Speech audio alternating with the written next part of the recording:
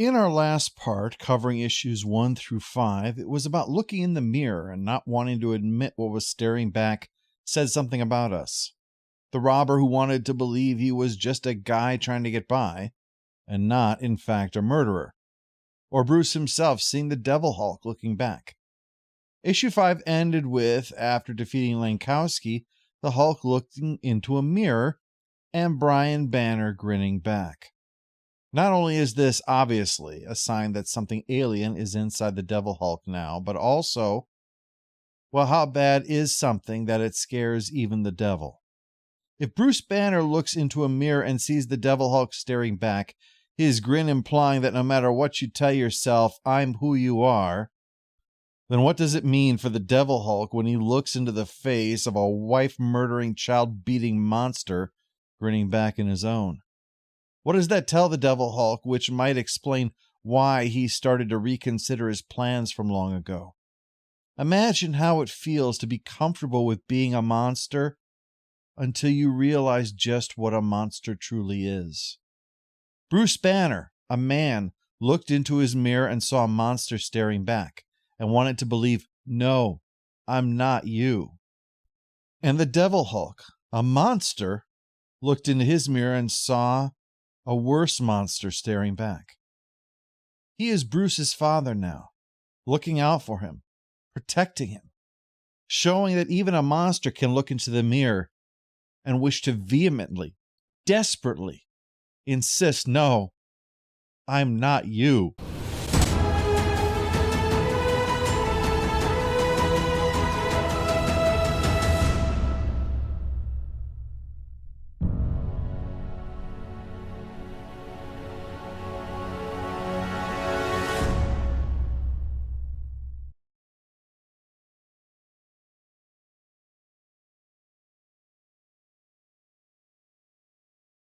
We left off with the Immortal Hulk having what appeared to be Brian Banner, Bruce's dead abusive father, inside of the Hulk. Issue 6 begins talking about the original Gamma Bomb explosion, where Bruce died, came back with a dark opposite, a shadow self, unlocked.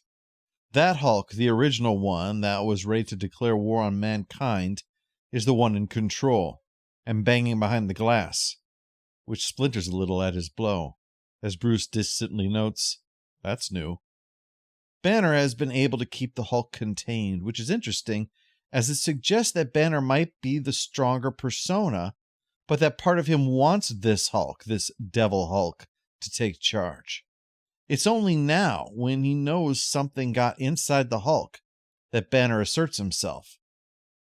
Still, Banner needs to communicate with the Hulk, so he allows him to sort of subconsciously control Banner's hand to write the message, home. While he wonders at the meaning of that, we see that Betty is torn by these reports that the Hulk is being sighted, but that Bruce hasn't tried contacting her. Seems there's a sound reason, though, as at that moment she's being watched, and by a bunch of upside-down people with their eyes replaced and watching pretty much every place where Banner might go. Seems one of them, though, is disturbed at this, and not because he's become a cyborg peeping Tom Bat. This is the daughter of Thaddeus Ross, he notes. It seems disrespectful. Well, General Fordian, who runs this show, has that guy fired for presuming that anyone who ever aided the Hulk is to be considered anything less than an enemy. Even Ross's daughter, although Fordian is intent on keeping it from the General, who's preoccupied with Captain America right now. No connection to the Brave New World movie. We see that the poor kid's remains, the one whose father injected him with some gamma concoction and killed him, were taken by Fordian to this shadow base, as they call it. The kid isn't quite dead, but seemingly wishes he was, as he's in this tank in agony. Dr. McGowan, who's running that, wants to tweak the tank to help with that, but the jerk in charge won't approve on the grounds of not giving a damn about any work that doesn't directly advance towards their goals. But there will be no advance without a Hulk to study, any Hulk, the sadist notes to Fordian. Meaning Lankowski, who was on Alpha Flight Space Station and pleading that he thought the thing inside of him was something psychological. That's why he wanted to talk with Banner. McGee insists that he can't duck responsibility for this, that he chose to become the Sasquatch, But Lankowski points out he didn't ask to be stabbed or to die on an operating table. But he might have caused it by its presence, the stabbing, I mean, the thing inside of him wanting it to take place. A thing Shaman describes as a primal shadow waiting in the darkness underneath all that is, the one below all. Things are interrupted by the arrival of Captain Marvel, who says that General Fordian contacted her. He says there will be an extradition, trial, and then an execution for what Lankowski did. I'm sure it'd be carefully arranged to happen that way. Fordian, of course, would make Lankowski seem to be killed so that he could then take the man alive to help with the project, although they don't know that. So Captain Marvel goes for option B instead, track down and bring in Bruce Banner. At that moment, Banner knows what home is, where the Hulk was created. Only that's when Captain Marvel arrives with her other team, the Avengers. The Hulk, of course, helped the Avengers save the world against the Grandmaster, but unfortunately none of those Avengers are here, and they came ready to bring the Hulk in. She-Hulk is there too, during a time when she's become a bit complicated. We'll leave that aside. They want him to come along quietly. They don't say why he should, though. And he's not going to, as he finally decides now is the time to let the Hulk out. Issue 7 brings us the fight. While this Hulk had fought the Avengers before, there were few A-listers present, none of whom are here now. Indeed, every one of them has had their own solo movie or TV show. Admittedly, it wasn't this incarnation of Ghost Rider with a movie, but close enough. This is a roster of powerhouses, but they have never faced this incarnation of the Hulk before.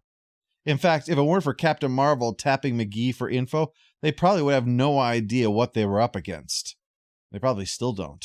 This is a Hulk with something to prove, but not to others, to himself. He stared into a mirror and hated what stared back, rejected what stared back. Is he man or monster, or is he neither? The Hulk opens this by pitching the Ghost Rider, car and all, into the nearby town of Georgeville, Iowa. He also takes the chance to taunt Captain America about the last time he and the Hulk met. Remember, when Cap was working for Hydra? Yes, he's working to demoralize as much as pummel them. In a nice touch, Brian Banner can be seen reflected in Cap's shield. But Thor took a punch that's left him gobsmacked, not just from the Force either. He can sense this Hulk is different, and not just in personality. The Devil Hulk has an aspect of something that is beyond the science of Gamma and gone into legend. But whatever the case, this Hulk is not holding back, any more than anyone else held back when Bruce Banner was being arrested for things that he hadn't done. Had they, who feared a rampaging monster, not taken such action, not led to his death, they wouldn't be facing this thing right now. She-Hulk jumps in as Cap helps Thor to fall back for now, but this She-Hulk might be stronger, but she's also stopped being what she once was, and I don't mean a supermodel. As the Devil Hulk taunts here, he's everything Banner pretended he wasn't. She-Hulk was everything Jen Walters wished she could be. This She-Hulk hasn't just lost her looks, she's lost her identity, until she's become like the Hulk himself. She doesn't want to believe that, but it's immaterial. It's distraction enough to knock her a couple of miles away. But that leaves the opening for Stark, who is not happy with the way his Hulkbuster suit proved to be little more than a glorified Kia in this fight. He unleashes the Helios laser, which was laced, we're told, with UV radiation, to add a bit of sunlight kick to it in order to bring the Hulk down, and sun lamps to then keep him down. Captain America laments what they have done here, but T'Challa says they wouldn't survive without it, that my conscience is clear. Unaddressed is why this had to happen in the first place. For the Avengers, I mean. They started the fight. They destroyed the nearby town, and they unleashed all this destruction here for what? Justice? Given that the Hulk's body is sent to a black site, I'd say that's a no. It's a bit of a reminder that there's a cool kids vibe to the Avengers, and that the Hulk never truly belonged. And when he gains consciousness, he finds out just how much has been done, as his body has been chopped up and placed in various specimen jars in Shadow Base. Issue 8 shows the Hulk's heart being sliced in half, only to begin beating, still in two halves, as it approaches where the rest of his body is. When the sadist in charge holds the two halves near each other, they fuse together and heal. The question is why? And they don't know. No sign of psionic activity, despite the fact the Hulk was perfectly capable of flipping the guy off when his hand was in a separate jar. While they ponder, Captain Marvel realizes they were played. Ross claims no knowledge of the Hulk. General Fordian has vanished. Any attempt to find something is blocked through firings and mismanagement. The only option is to tell McGee. And while it has to be anonymous, it will hopefully make the public at least aware that shenanigans are afoot. As for Lankowski, with the radiation drained, he can't become Sasquatch, but he can still be of use for a new iteration of this task force, Gamma Flight. And with this new spotlight, Fordian wants them to move to Site B and go dark, leaving the sadist alone with the Hulk's bottled remains. As far as mad scientists go, he's had a long day, and the Hulk's smirk drives him up the wall as he yells the horrible, pointless things they'll do to his body, while the Hulk just laughs more at the discussion of these experiments. Only in the end does the guy realize that experimenting, finding out what he is and can do, is exactly what the Devil Hulk wants to find out. And in deference to another amoral monster, the Devil Hulk performs his greatest trick with a snap of his fingers. The jars then shatter, and the Hulk pulls himself back together, with his captor at the center of the pieces. It seems, though it's open to interpretation, that the sicko's body is being used to aid in the regeneration process, though if that's exactly true or not doesn't really matter. The guy is definitely dead and gone once we see the Hulk return to Banner out in the sunlight. Banner notes that the Hulk has finally crossed a line tonight, implied to be taking a life. This is a complex topic. Has the Hulk killed people before? By people, we'll limit it to humans, as killing a hostile alien is usually less of a moral concern to people. Ditto someone who has irreversibly transformed into some kind of mindless thing. The most definitive is Brian Michael Bendis saying 34 people and a dog were killed. But as established, Bendis never wrote the Hulk. He just used the Hulk in other events, and out of character. On the reverse, the character of Amadeus Cho said that Banner's influence on the Hulk's actions, as we see even when the Devil Hulk was in control and saved a bus, is such that the Hulk never actually killed anyone. We could even potentially square this contradiction. If someone fleeing the presence of the Hulk causes a bus to crash and kill everyone aboard, one could blame the Hulk even if the Hulk wasn't technically responsible. Given that Cho's line is written by the actual writer on the book, I'm more inclined towards that interpretation. Plus, I think it's just plain correct as far as the character goes. Let's consider Frank Castle for a moment, aka the Punisher. He's a man who lost his family and his faith in his country and its system of justice in one single terrible act. Castle may be a wish fulfillment.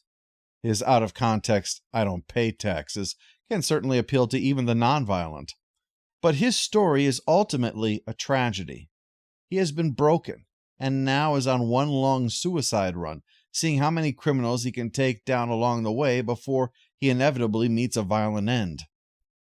Castle has surrendered to grief and rage and defined himself by his tragedy.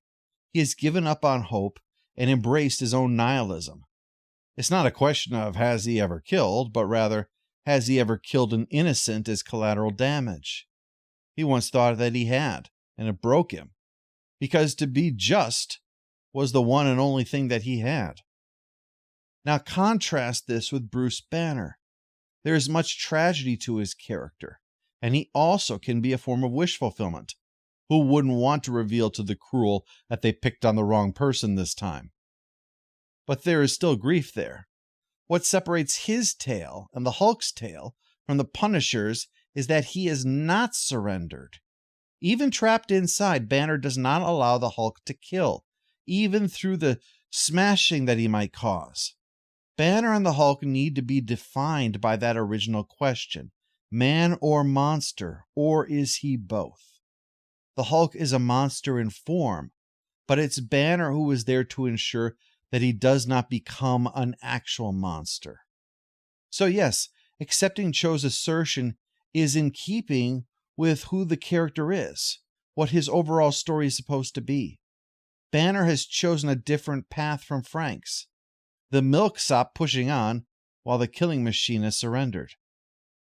This is, I believe, why the Devil Hulk has been allowed to return. Banner's execution, he'd finally done it. He'd finally broken down in the face of the inevitable. He no longer had it in him to hold the Hulk back anymore. The Devil Hulk emerged victorious and could see he was free to make all his dark impulses a reality. And it seems like the fact that Banner had become so crushed in defeat, so wishing to be dead rather than to fight one more moment, that makes the Devil Hulk realize, like Brian Banner, he had battered that kid until he couldn't get up anymore. The Devil Hulk could have it all, but wouldn't if it meant standing over that little boy's beaten body. So the Devil Hulk has taken a life now. Banner is strong, but not strong enough to stop that. If he was to cross a line, though, it's fitting if it's a criminal sadist, a monster on the inside if not on the outside. Issue 9 shows that Fortean has brought in Bushwhacker to track down the Hulk, who cruelly executes an old man whose stuff was all destroyed after he shot Banner for trying to steal his clothes off the line. We find out that he's not the only one recruited from prison for this job. Creel, the absorbing man, was caught by Iron Man after a crime and is now being offered a way out of prison. He has, after all, gone toe-to-toe with the Hulk before, many times. Of course, as Creel notes, he's never actually won, but they have plans to help with that. Creel is given a treatment that turns him red, but is hopefully able to absorb the gamma off of others, the way that the Hulk had to the Red Hulk during the incident after his return. Meanwhile, the Hulk has returned to where it had all started, the site of the first gamma bomb that unleashed him upon the world. He's at his strongest here, so he figured this is the place to beat the thing that's climbed inside him. Except that's when he realizes coming here wasn't his idea, but its idea. Whatever the plan, the Hulk's not going to play it, though. He thinks. Well, unfortunately, that's when Creel shows up. This Hulk has never faced Creel before, but knows who he is and sees what this is about for him. It's about pride.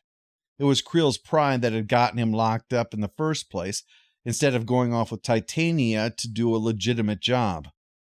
Hulk figures, well, this is going to, if anything, make it easier for him. Until he finds that absorbing power means every time he touches Creel, he gets somewhat absorbed. Unfortunately for Creel, though, he doesn't know that absorbing is how Brian Banner got into the Devil Hulk's head, and now it's inside Creel, who goes full John Carpenter's The Thing leading into issue 10. The cover to this issue shows that this is the Hulk truly coming face to face with the reality of the green door that we have been hearing about, though it's a slow burn approach. Gamma Flight has been looking for the Hulk by using his gamma signature, the way that they'd spotted him in Iowa. It was much easier then because they knew the approximate location of where he was. This needle in a haystack situation makes it a lot harder. But they're going to head there unaware of what it is that they're getting into. But Bushwhack sees and shares with Fortean, and once Gamma Flight arrives, he puts a cyanide round into the Hulk's eye, knowing the Hulk will blame Gamma Flight. This causes the Savage Hulk to start to come out a little bit, smashing their craft, while whatever's controlling Creel's body makes a run to the bomb site itself. Puck shoots the Hulk, who's not in great shape, so the Hulk is forced to explain what's going on here. That when the bomb went off the very first time, it opened the green door. But not fully. There wasn't enough gamma to do the job then. But with Creel absorbing it first from the Hulk, and then from the ground around the blast site, he's able to now fully open the door.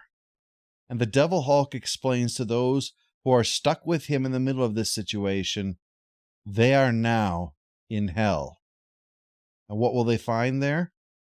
We'll find out when we begin the next arc of the Immortal Hulk.